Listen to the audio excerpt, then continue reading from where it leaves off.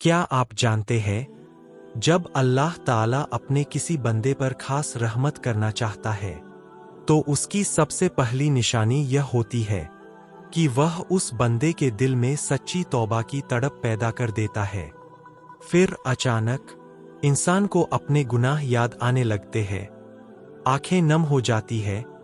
اور دل بار بار یہی کہتا ہے، یا اللہ مجھے معاف کر دے۔ یاد رکھیے، اگر آپ کا دل گناہوں پر بے چین ہو جاتا ہے، اگر آپ کو نماز کی طرف ایک عجیب سا کھنچاو محسوس ہوتا ہے، اگر قرآن کی تلاوت سن کر آپ کی آنکھوں میں آنسو آ جاتے ہیں، اگر ہر گناہ کے بعد آپ کے دل میں سچی شرمندگی پیدا ہوتی ہے، تو یہ آپ کی کمزوری نہیں، یہ تو اللہ تعالیٰ کی رحمت کی دستک ہے، کیونکہ جس دل کو اللہ تعالیٰ اس کے حال پر چھوڑ دیتا ہے وہ گناہ تو کرتا ہے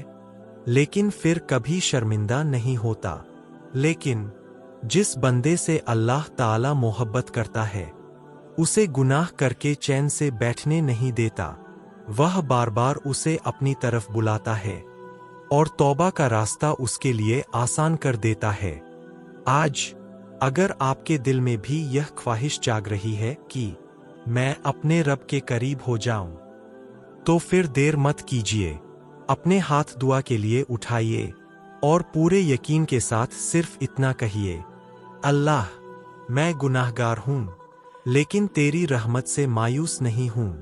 میری سچی توبہ قبول فرما، میرے تمام گناہ معاف فرما اور مجھے اپنی رضا والے راستے پر ہمیشہ قائم رکھ، آمین۔